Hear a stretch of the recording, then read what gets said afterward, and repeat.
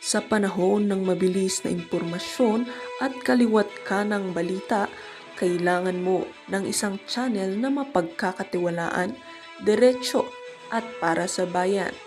Ito ang Balitang Pambansa, ang iyong bagong tahanan ng mainit na issue, tunay na impormasyon at mga balitang hindi mo dapat palampasin. Mula sa mga trending na kaganapan sa social media hanggang sa mga seryosong isyong pambansa. Bantay kami sa bawat sulok ng bansa para sa iyo. Hindi lang basta chismis, kundi validated news, mga impormasyon na may batayan at mga kwento ng tunay na buhay Pilipino. At kung gusto mong laging nauuna sa kaalaman, huwag kalimutang mag-like, mag-share at higit sa lahat, mag-subscribe. Dahil sa Balitang Pambansa, balita mo, boses mo, bayan natin ito.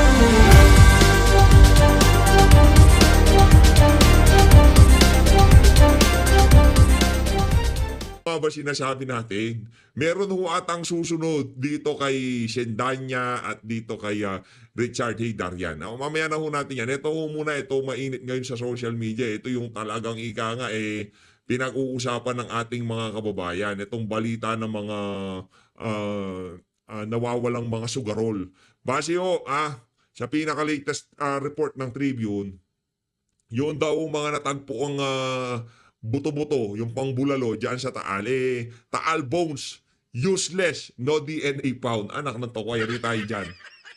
Nagpakapagod itong si Boying Remulla, maya't maya yung press briefing niya, press con niya, interview niya sa media. Tapos yan lang ang magiging resulta. Anong nangyari? Yan ba ang dahilan kung bakit yung nakikitahang gawing state witness ngayon ano na rin siya. Ngayon, suspect na rin. Yan si alias Totoy. Yan ang sinasabi ho natin. Di ba? Alias Totoy, kumusta na? Balita ko yung mga gustong tumulong sa'yo, sila na ata magpapakulong sa'yo ngayon. Yung sinasabi ko sa'yo. Kumbaga, nabait ka. Teka lang. Nabait ka, Brad. Nakuha ka doon sa mga bulaklak na pananalita ng mga opisyal ng administrasyon ni Bangag. Mga manloloko yan. Naniwala naman si alias Totoy. Sabi sa kanya yung high-ranking official ng Marcos administrator. Sige, ilabas mo lahat ng pwede mong ilabas. Umamin na yung isa sa mga tauhan niya kasangkot daw di umano dyan sa pagkawala ng mga nawawalang sugarol na yan. Ngayon, siyempre, pagkatauhan mo yun, alangan naman ikaw, hindi mapupunta sa'yo, di ba? Ngayon, may alam ka din. Hindi natin pwede sabihin, you're not the most guilty, ika nga. May pananagutan ka dito, marami ka nang ilinabas, kumbaga, yung si Atong Ang, di nagsasalita Ikaw, sinindihan mo sarili mo, nagpunta ka sa bahay ng mga buitre at mga ahas. Ngayon, yan ang napala mo. Hindi mapagkakatiwalaan yan. Ang administrasyon na to, mula sa presidente hanggang sa pinakamababang cabinet secretary, walang mapagkakatiwalaan dyan. Papunta sa DOJ, lahat, tourism, walang kwenta ho mga kababayan. Kunyari may nalalaman kayo, itago nyo na lang yan. Bandang uli, sa'yo, kagaya ng ating na Nostra, yaang si alias Totoy, malamang sa malamang, mauna pang makulong yan kay Atong Ang. Pustano tayo. Eto na nga mga kababayan, siyempre alangan naman magpatalo. Di ba? Alangan naman magpatalo. Siyempre, alangan namang sabi ganito ni Bonj. Anak ng tokwa, yari tayo dun sa Taal tapos nang sisiran dun. Kailangan may DNA. At meron na. DNA profiles na extract mula sa mga butong nakuha sa Batangas. Natural cemetery yan Ang daming yan sa amin dito. Punta kayo dito. Maraming buto dito. Hukain nyo lahat. I-DNA natin lahat. Anak ng tokwa. Iniyayabang ho nila na meron daw DNA na na-extract sa mga buto-buto diyan sa Batangas Cemetery. Cemetery ho. Ngayon, ano bago? Nakuha nyo sa cemetery yung buto. Ngayon, meron kayo na-extract.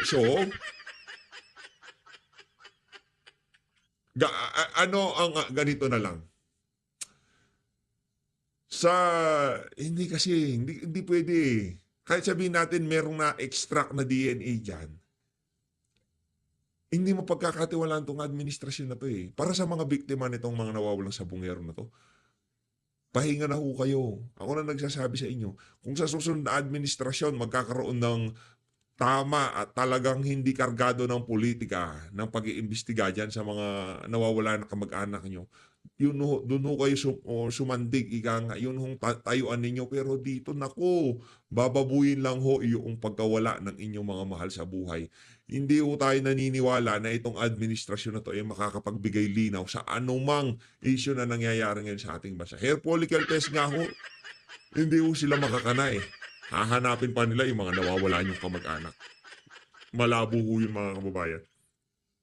Eto na nga ho mga kababayan, rekta na ho tayo kay Sendanya para sa mga kababayan nating nawawala yung kanilang mga mahal sa buhay. Ang aking pakiusap, hintay lang ho ng konti. Mabibigyan din ho ng hustisya. Ngayon, kung yung mga nakakaladkad na pangalan, lilitaw ulit sa susunod na investigasyon sa administrasyon nitong si Vice President Sara Duterte, ni President Sara Duterte, doon ho talaga makakamtan nyo ang tunay na hustisya. Eto, rekta ho tayo dito kay DJ Chacha bago tayo magpunta dito kay Sindanya ha. Mamakaya ka ng Sindanya ha. Dito muna ako kay DJ Chacha. Gate. General ng Alliance of Health Workers. Tungkol pa rin po dito sa zero balance billing ng DOH Hospitals at maging doon sa naging pahayag po nila sa katatapos lamang na SONA ng Pangulong Marcos Jr. Ma'am Christy Dongines, magandang umaga po. Yes, good morning po. Good morning sa lahat po nakikinig po sa atin ngayon.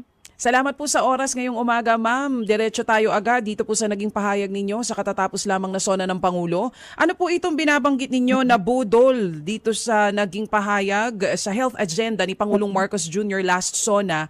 Alin po dong part sa mga nasabi niya? Yung sinasabi niyo pong budol? Okay. So yung sinasabi po nating budol, kasi ang sinasabi po niyang no balance billing po. Na sinasabi po na wala na pong babayaran pag ikaw po ay napunta sa hospital, nagpagamot. Na ang po kasi natin diyan, bakit kailangan, at ang sinabi niya po, bakit kailangan bahala na ang PhilHealth. Ang ibig sabihin lang po kasi niya, ng pagka nagkaroon ka po, ang sinasabi niya pong no balance billing po, kailangan isa ka munang miyembro ng PhilHealth. Pagka ikaw naging miyembro na ng PhilHealth, hindi ibig sabihin na automatic maging no balance billing ka po. Kasi may categorization pa po yun. Sa ngayon po, pinapractice pa rin po yan na kailangan makategorize ka muna. Marami po kasing categorization po yun. Ngayon, kung ikaw po ay pasok doon sa categorization po na parang indigency siya, ang dating, ibig sabihin po nun, wala kang babayaran paglabas mo. Pero kung upon the interview, kasi may mga interview pa po yun, may mga requirements pa po silang hinahanap sa inyo. Ngayon, pagkatapos ma-interview, kung ikaw po hindi qualified po doon sa category po na yun, ay magbabayad ka pa rin po naman, may babayaran ka pa rin naman. Hindi po siya libre. So ayun, at least malinaw po no, Miss Christy. So on the ground, hindi po totoo na zero billing agad kasi marami pang pagdadaanan talaga yung isang pasyente Yes na po. assessment. Yes po, marami po. Mahabang pila, pagdating mo sa dulo, hindi mo alam, may slip na ibibigay. Ito po yung mga kailangan i-comply mo para maging member ka ng PhilHealth, tapos i-interviewin ka pa, ganito, ganyan. Paano naman po kung hindi mo dala yung mga requirements na hinihingi nila? Like for example lang, kailangan mo pala ng original copy from the PSA, certified from the PSA na birth certificate. Kung wala kang hawak po nun, babalik ka ulit, tatanggal ka sa pila, babalik ka, pupunta ka sa PSA, maghahanap ka na naman ng pera, pambayad doon sa birth certificate mo. Hindi naman po libre ang birth certificate sa PSA, may bayad din po. Ibig sabihin talagang budol yan. Anak ng Petrang Karapata, yan ang nga ba sinasabi natin eh. Mag-ingat po kayo sa pambubudol nitong administrasyon na to. 5,500 flood control versus zero billing. Sino ko kaya magwawagi sa to? Yari na naman si Bangag dito. Nakamantawa. Madam, Ma'am, para lang din sa kaalaman ng lahat, kayo po ay parte nga ng Alliance of Health Workers. Kayo po ba ay nurse or doktor? Para lang po... Yes po. Nurse po, isang ako. registered nurse. Registered nurse yan ha. Registered nurse yan. Hindi ho yan Talyanista o sa Imada Vlogger. Okay? Ano yan? Nurse. Registered nurse. Health worker. Hindi, ay, alam ko na gagawin ng administrasyon na to yan dito kay ate Christy. Ang gagawin nila, gigipitin nila ang ali. Di ba? Madam, mabuhay ho kayo. Kung ano man ang magiging sitwasyon nyo pagkatapos ng paglalahad nyo na yan, mag-ingat ho kayo dahil itong napakabingatibo ho ng administrasyon na to. Hindi ho sila pwedeng pagsabihan ng ganyan. Otherwise, pag iinitan kayo ng kung saan man kayo nagtatrabaho, yung ginawa kay Ma'am Crisette, di ba? Dahil kinalaban niya si Tamba, anong nangyari, di ba? Pinag-initan siya. Ganyan din gagawin dito kay Ate Nurse. Isa rin po sa isa rin po sa nabanggit po ninyo dito po sa naging statement ninyo dito sa sona ng Pangulo. Sinasabi niyo po yung kawalan ng sinseridad sa pagtugon sa matagal ng panawagan at pangako po para sa inyo pong mga health workers. Ano po exactly yung pangako na hanggang ngayon ay hindi pa po natutupad ng Pangulo? Yes po. Unahin po muna natin. Naghintay po tayo, nakinig po tayo sa SONA kasi inaasahan po natin na magbanggit man lang ng maganda o ikatutuwa ng mga health workers. Pero kahit isa po doon, hindi siya nagbanggit sa mga health workers po. Parang nabaliwala po kami, nabaliwala lahat ng hirap, nabaliwala lahat ng pagod namin na ginawa.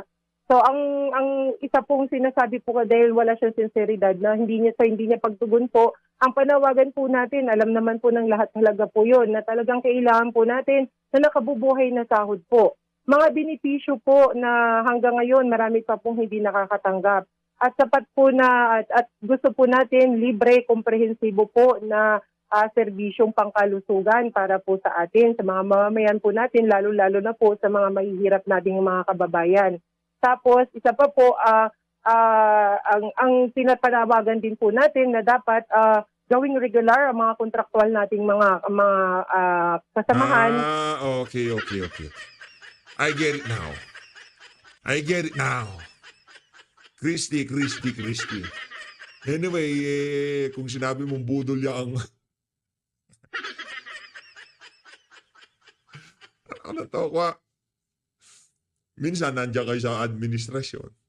Pag kay BP Sara, pag issue kay BP Sara, administrasyon kayo. Ngayon dahil patapos na administrasyon, pang-apat na sona niya na to, pumipihit na kayo. Pero last year, hindi sasabihin ni Ate Christian. You know what I mean, right? You know what I mean. Alam nyo ibig ko sabihin. Alam nyo kung kanino nakaalyado yan. Na mga manggagawang pangkalusugan. Ayoko na. Tanggalin na po. Pare-pareho lang kayo. Visit ka. Eto, dito na. Nag-aalit bigla no? Narinig niya lang yung walang masama doon sa mga panawagan niya. Yung tono lang, ng tabas lang ng dila niya. Tayo dito. Alam nyo namang ano yun eh. Kayo talaga, ito na ako mo. Sendahan niya. I-quote mo si Pia Horsbach. In the words of Miss Universe 2015, Pia Horsbach, it's both an honor and a great responsibility. Isang napakalaking karangalan po ang mahanay kasama sila Senator Risa Ontiveros at Congresswoman Leila de Lima na tinatarget at hinaharas ng mga followers ni Tubuloy at saka ni Duterte. Anong hinaharas, tinatarget? Tauhan ni Duterte, taga-suporta ni Duterte. Si Tatay Digong nasa daing Netherlands. Kayo pa ang nahaharas sa lagay na yan. Ang kakapal naman ang kapal ng baliko mong bibig, Brad. Walang yakad. Kayo pa ang nahaharas sa lagay na yan. Yung sinusuportahan namin Vice Presidente, gusto nyo i-impeach. Kayo pa nahaharas sa lagay. Ang kapal ng mukha mo, Brad. Anak ng Pedro Carawan. Ang kakapal ng pagmumukha nyo. Di ba, yung Vice President namin gusto nyo tanggalin. Kayo sinampahan lamang ng indirect contempt. Diyan sa Korte Suprema, nag-iiyakan kayo. Nila pong binibiktima ng legal harassment para tumigil magsalita tungkol sa katiwalian, panguligbag at pag-aabuso nila sa kapangyarihan. Lumang kwento na po ito. Wala na bang bagong strategy? Napaka-ironic na makasuhan ng indirect contempt ng mga ito na alam naman natin sa kanilang record sa presinto, wala namang respeto sa rule of law. Malalamin po sila. Wala daw respeto. Hoy! Brad! Officer of the court yan. Anong walang respeto sa rule of law? Kami ang may respeto sa rule of law kasi sinusunod namin. Yung ika nga pinaka merong last shot call pagdating dyan sa ating saligang batas. Ika nga ang saligang batas, yan yung pinakamataas, ika nga, di ba?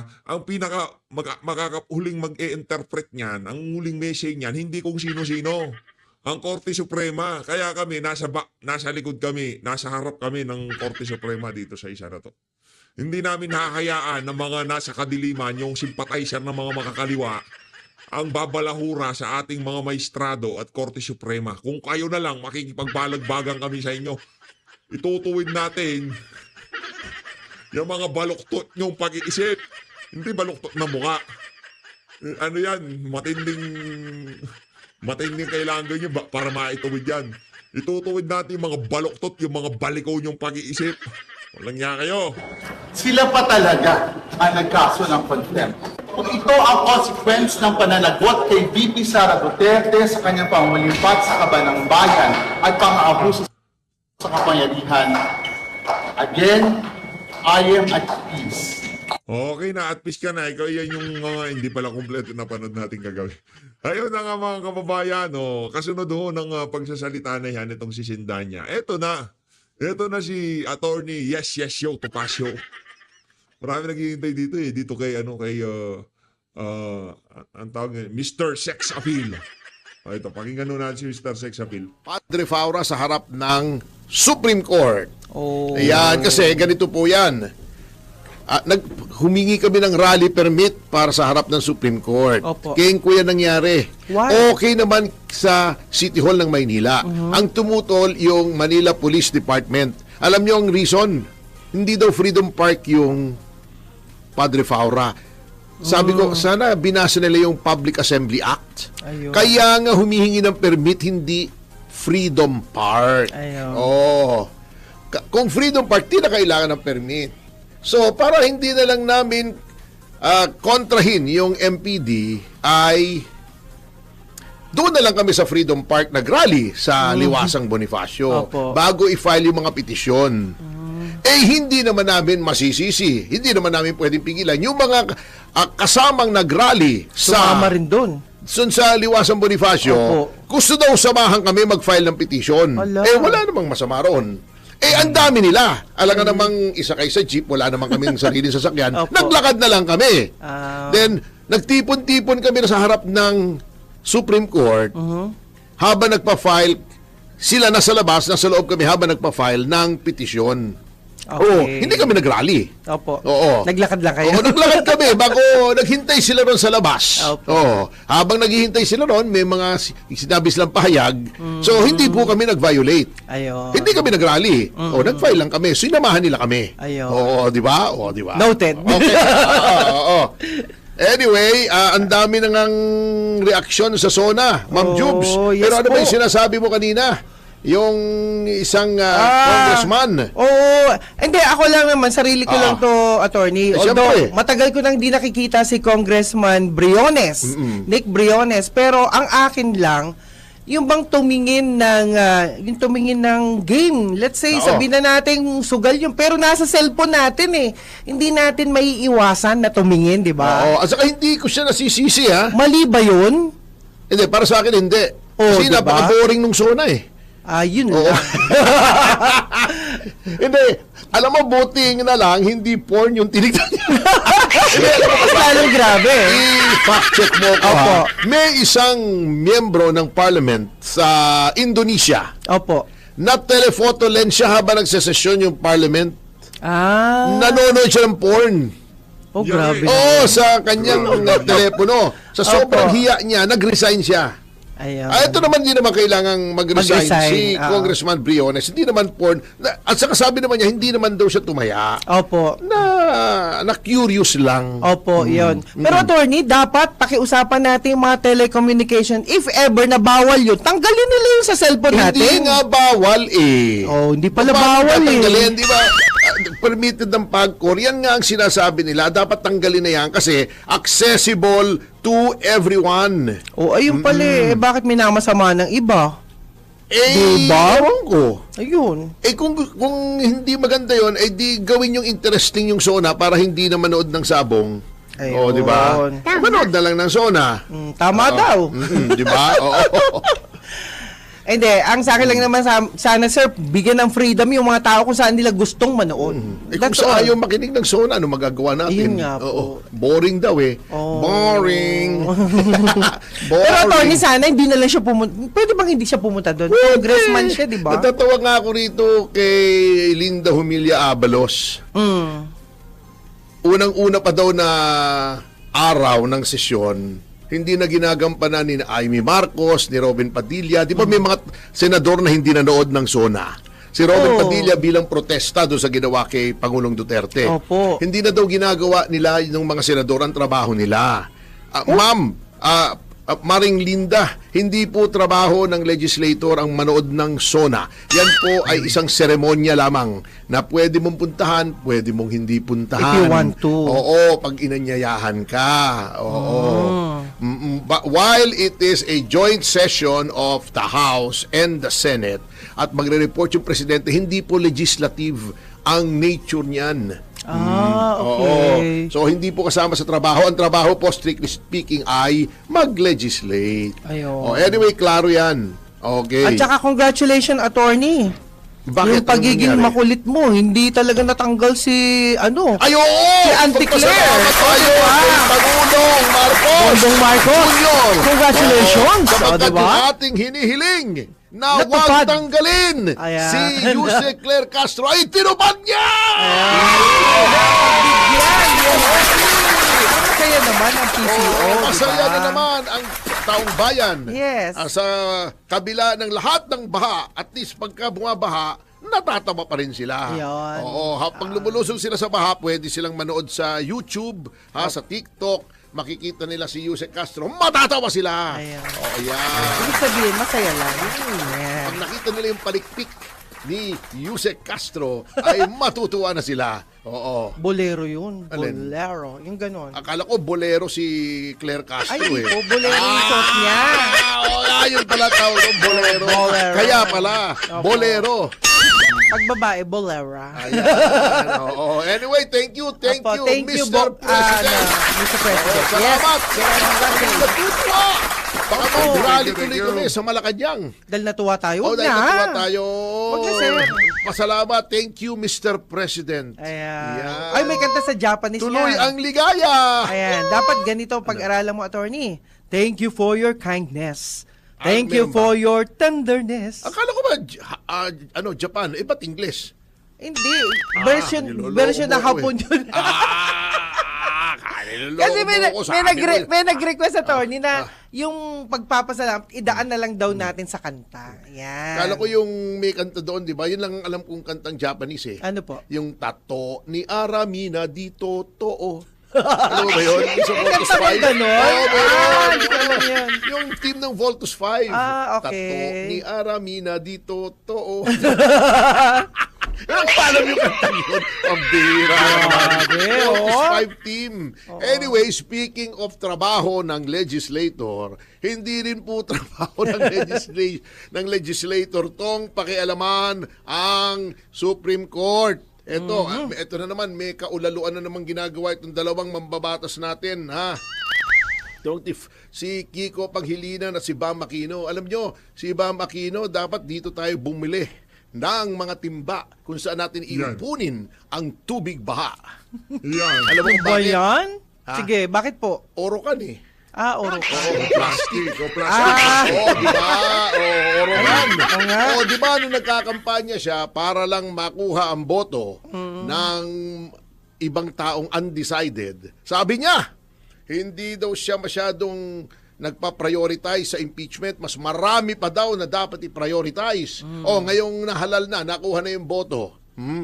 Bumaliktad na. Dinala na siya ng INC na anti-impeachment. Bumaliktad na. Wala nang sinasabi ngayon, wala nang bukang bibig, kundi impeachment. Walang word of honor yan. Wala, mahirap talaga magtiwala sa isang Aquino. Natatandaan nyo mahirap. yung ginawa ni Cory Aquino kay Doy Laurel. Yung mga usapan nila, tinalikuran. Bagkos.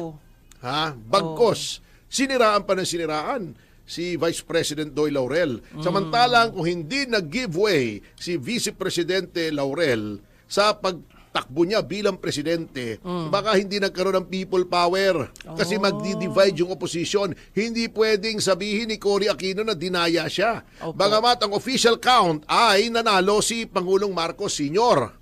So ako hindi ko kahit asar ako rito kay Junior, paninindigan ko ang nanalo noon si Senior. Si Senior Kaya ang nanalo. nangailangan sila mag-people power. Si Extra Apo. constitutional nga yun. Inagaw nga nila yung poder. Inagaw, ayun.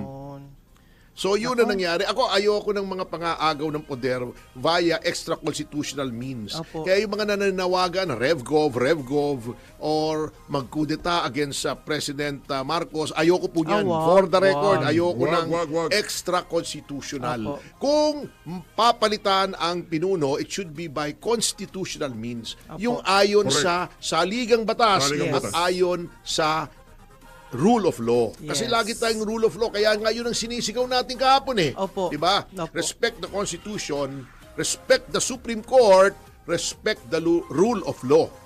That's Ngayon, true. may mga ulalo ha. Ito natatawa ako din sa mga kritiko ng konstitusyon ng Supreme Court Supreme Court. May sinasabi sila, ang Supreme daw ay konstitusyon. Hindi ang legislature, hindi ang Supreme Court, hindi ang executive, ang constitution daw. Totoo yung sinasabi nyo, pero yung conclusion nyo, mali.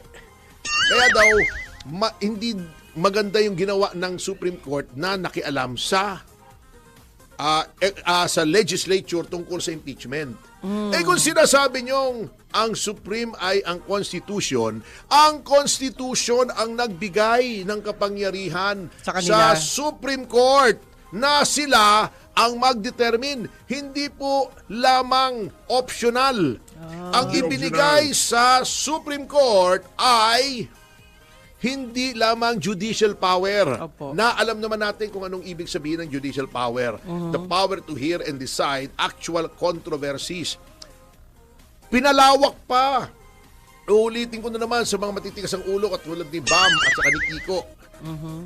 Judicial power includes duty, obligasyon, katungkulan to determine kung may grave abuse of discretion. Constitution po. Kaya yung sinasabi naman ng mga hindi abogado, katulad ni Risa, ni Tito Soto, na bakit ito pinahimasukan, nakalagay doon sa Constitution. Ito po, napakasimple na ang gagawin kong explanasyon. Kasi baka hindi abot ng utak ng iba. Hindi naman sa ininsulto ko si Risa, pero gano'n na nga. Ay, eto po. Oo. Ang konstitusyon ang nagbibigay sa Senado ng sole power to hear and decide impeachment cases. Tama. Ayun. Ngunit, paulit-ulit na nating sinasabi, Opo. napakasimple Yan. lang naman, before you can, jurisdiction ang una. Before you can hear and decide any case, mula sa pinakaman Metropolitan Trial Court hanggang sa Court of Appeals, plus ang impeachment court. Opo. Before any court can hear and decide a case, it must have jurisdiction. Ayun. Because Yan. jurisdiction is the power to hear and decide a case. Okay, ha? Okay. Opo.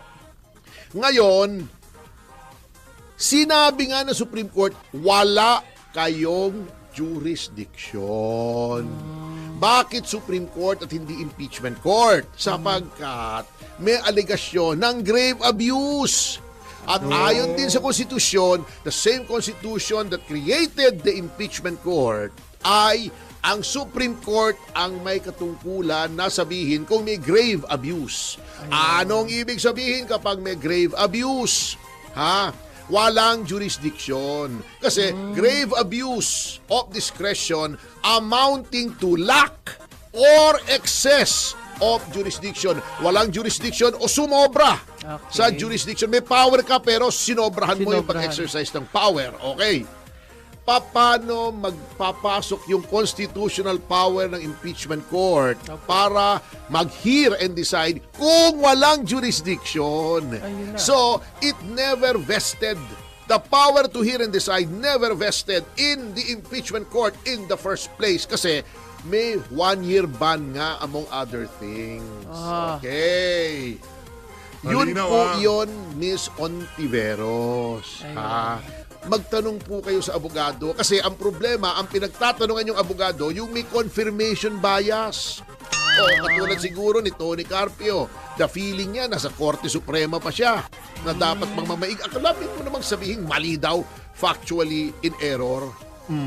Bago, dapat daw mag-oral arguments. Bakit dinidiktahan mo Supreme Court? Wala ka na sa Supreme Court. Mr. Carpio, yung sinasabi ni Larry Gadon na ang Korte Suprema ay tuta ng mga Duterte.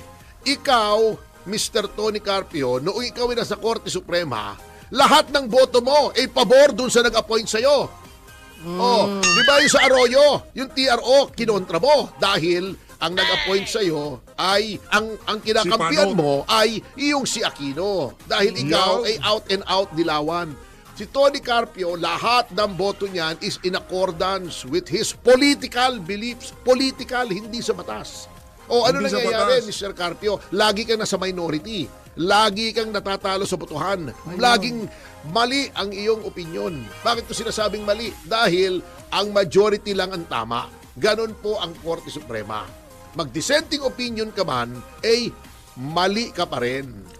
So do not tell us now na tama ka kasi malimit nung ikaw ay mahistrado pa ng Korte Suprema. You were always on the losing side.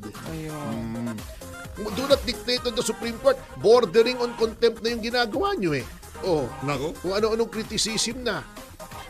Pero nalungkot ako ha. Bakit?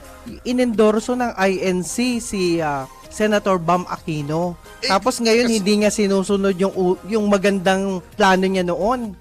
Kaya naniwala sa kanya. Kaya nga sabi ko sa inyo, doon Masakit ka bumili yun. ng timba Masakit yun, ng sir. timba at saka mga drum kay Bam Aquino. Oo. OMG.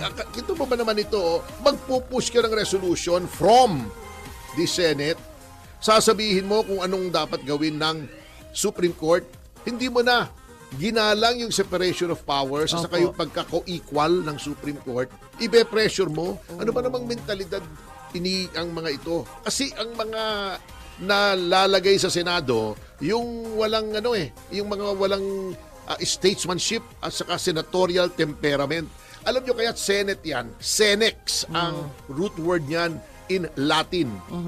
Senex, parang senile, senior, may edad. Okay. Bakit may Senado noong panahon ng Roman times kung saan nagmula ang Senado? Kasi ang presumption, di ba, pag may edad ka na, may wisdom ka na. Yun. Hindi ka na mapusok.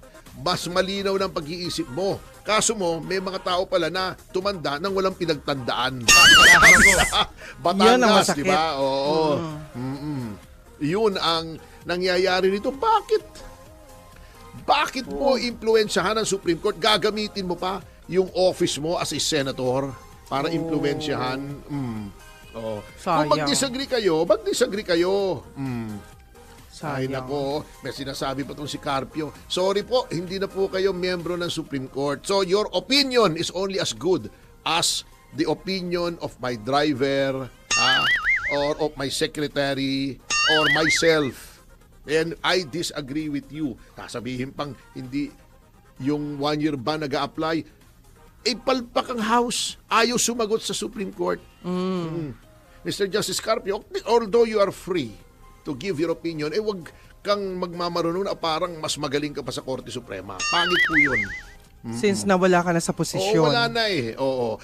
Ang ginagawa mo, you are undermining the very institution that you once served. Tama ba namang Pangit. ano yan? Oo. O, hindi ko sinasabing pangit si Tony Carpio, ha? Hindi Yung po ginagawa sabihin niya, yung ginagawa oo. niya. Oo. Hindi, gwapo yun si Atty. Oo, Carpio. naman, makisig, matangkad, di ba? Opo. Namit ko na.